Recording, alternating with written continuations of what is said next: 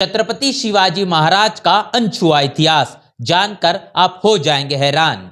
सोचिए, एक ऐसा राजा जो न सिर्फ मुगलों से लोहा लेता है बल्कि सदियों पुरानी जंजीरों को तोड़कर एक नया स्वराज्य बनाता है। हाँ, हम बात कर रहे हैं छत्रपति शिवाजी महाराज की। लेकिन क्या आप जानते हैं कि मनुवादियों ने उनके इस क्रांतिकारी पक्ष को छिपाने की कितनी कोशिश की? आज हम आपको बताएंगे छत्रपति शिवाजी महाराज के उस अनछुए इतिहास को जिसे आपसे छुपाया गया।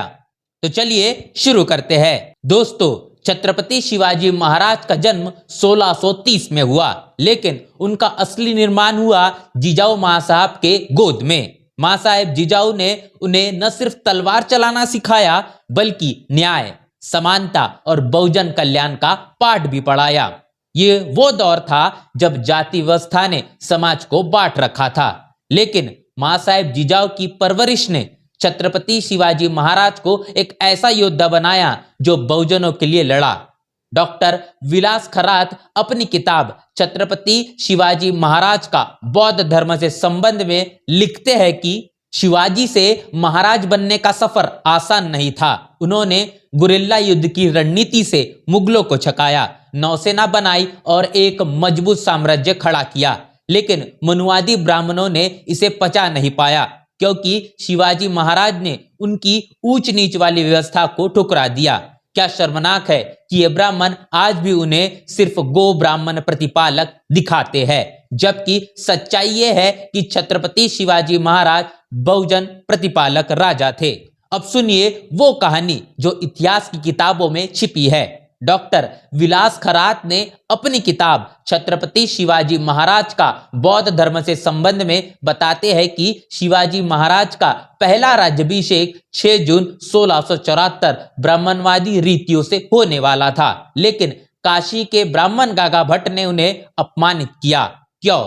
क्योंकि मनुवादियों ने शिवाजी महाराज को शूद्र माना और कहा कि शूद्र राजा नहीं बन सकता। गागा भट्ट ने अपने दाएं पैर के अंगूठे से राज्याभिषेक किया और साथ ही उन्हें क्षत्रिय साबित करने के लिए झूठी वंशावली बनवाई। लेकिन शिवाजी महाराज ने हार नहीं मानी। शिवाजी महाराज का दूसरा राज्याभिषेक 24 सितंबर 1674 नशलपुरी गोस्वामी द्वारा किया गया, जो बौद्ध परंपरा से जुड़ा था। छत्रपति शिवाजी महाराज ने जाति की दीवार तोड़ी और छत्रपति बने। ये मनुवादी ब्राह्मणों का घमंड था, जो आज भी आरएसएस जैसे संगठनों में दिखता है। वे शिवाजी महाराज के बहुजन पक्ष को कभी स्वीकार नहीं करते, क्योंकि ये उनकी जातिवादी विचारधारा को चुनौती देता है। शिवाजी महाराज की ये जीत बहुजन समाज के लिए प्रेरणा है। छत्रपति शिवाजी महाराज ने न सिर्फ मुगलों से लड़ा बल्कि जातिवादी संरचना से भी। उन्होंने स्वराज्य बनाया जहां शूद्र और अछूतों को ऊंचे पद दिए गए, सेना में, प्रशासन में। ये मनुवादी ब्राह्मणों के लिए अस्वीकार्य था। मनुस्मृति ने शूद्रों को गुलाम माना, लेकिन छत्रपति शिवाजी महाराज ने धार्मिक सहिष्णुता दिखाई। मुसलमानों, ईसाइयों सबको सम्मान दिया। वे धर्मनिरपेक्ष थे। बहुजन कल्याण करना बतौर राजा होने के चलते वह अपनी नैतिक जिम्मेदारी मानते थे। मनुवादी उन्हें हिंदुत्ववादी दिखाते हैं, लेकिन यह झूठ है। उन्होंने जाति विरोधी संघर्ष किया, जो इतिहास में कम उजागर हुआ। क्या कमाल है शिवाजी महाराज का, एक राजा जो किसानों और शूद्रों का गौरव बना। छत्रपति शिवाजी महाराज ने सभी जातियों और मुसलमानों को उच्च पद दिए, जैसे दौलत खान, इब्राहिम खान आदि। खाफी खान की मुंतखब उल लुबाब में उनके सैनिकों को मस्जिदों, कुरान और महिलाओं को नुकसान न पहुंचाने का आदेश दर्ज है।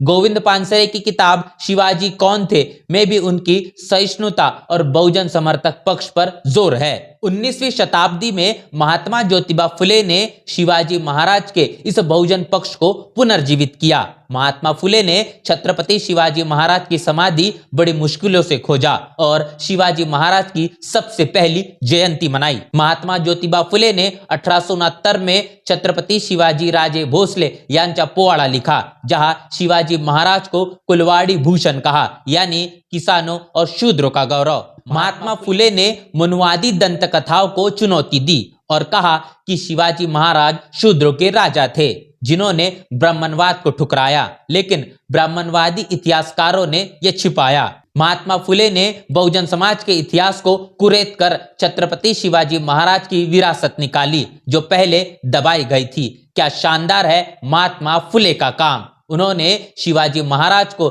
सामाजिक उत्थान का प्रतीक बनाया, जबकि मनुवादी ब्राह्मणों ने सिर्फ उन्हें योद्धा दिखाया और बहुजन समर्थन को नजरअंदाज किया। डॉक्टर बाबा साहब अम्बेडकर के लेखन और भाषण के volume number 7 who where the Shudras में छत्रपति शिवाजी महाराज के राज्याभिषेक विरोध को शूद्रों की स्थिति पर उदाहरण के रूप में लिया गया जिन्हें ब्राह्मणों ने अपमानित किया। डॉक्टर बाबा साहब अम्बेडकर ने शिवाजी महाराज के स्वराज्य को समानता के आधार पर देखा जो मनुवाद के विरुद्ध था।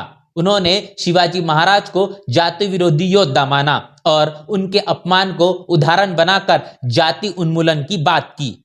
मनुवादियों ने राज्याभिषेक में ब्राह्मणों के विरोध को छिपाया, लेकिन डॉक्टर बाबा साहब अम्बेडकर ने सत्य उजागर किया। छत्रपति शिवाजी महाराज के प्रशासन में शूद्रों को पद मिले जो ब्राह्मणवादियों को रास नहीं आया।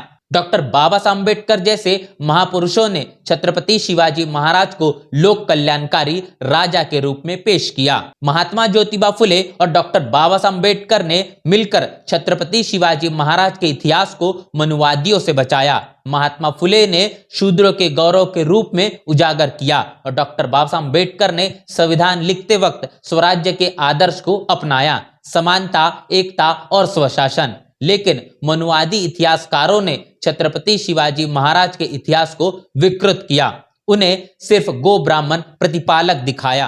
आरएसएस कभी उनके बहुजन प्रतिपालक पक्ष को नहीं मानता क्योंकि ये उनकी मनुवादी विचारधारा के खिलाफ है। क्या घिनौना है ये। मनुवादियों ने सदियों से बहुजनों को दबाया, लेकिन छत्रपति शिवाजी महाराज जैसे राजा ने उन्हें चुनौती दी। पूरी दुनिया में छत्रपति शिवाजी महाराज का डंका बजता है। वे एक सैन्य प्रतिभा थे, बहुजन राज की स्थापना की, गुरिल्ला युद्ध अपनाया, मुगलों का विरोध किया और नौसेना विकसित की। यूरोपीय लेखकों ने भी उनकी प्रशंसा की। महाराष्ट्र में उनकी विरासत आज भी जीवित है। वे भारतीय इतिहास के राष्ट्रीय नायक है, लेकिन मनुवादियों ने उनके जाति विरोधी पक्ष को दबाया क्योंकि यह उनके घमंड को चोट पहुंचाता है। छत्रपति शिवाजी महाराज की ये कुशलता और सहिष्णुता उन्हें अमर बनाती है। डॉक्टर बाबा साहब अम्बेडकर ने संविधान लिखते वक्त छत्रपति शिवाजी महाराज के स्वराज्य से प्रेरणा ली, समानता और सामाजिक लोकतंत्र को मजबूत किया। छत्रपति शिवाजी महाराज को जाति विरोधी प्रतीक माना जो ब्राह्मणों द्वारा दबाया गया। दोस्तों, ये अनछुआ इतिहास बताता है कि छत्रपति शिवाजी महाराज बहुजनों के सच्चे राजा थे। इस पूरे वीडियो को लेकर आपकी राय, आपकी प्रतिक्रिया लिखकर कमेंट बॉक्स में जरूर बताएं। बने रहे नेशनल चौपाल के साथ, मिलते हैं वीडियो में, तब तक के लिए जय भीम, जय भारत। बहुजन समाज की हर खबर पाने के लिए चैनल को सब्सक्राइब करें, लाइक करें, शेयर करें। नेशनल चौपाल को बचाने के लिए ज्वाइन बटन क्लिक करके चैनल की सदस्यता लें और चैनल को आर्थिक मदद करें।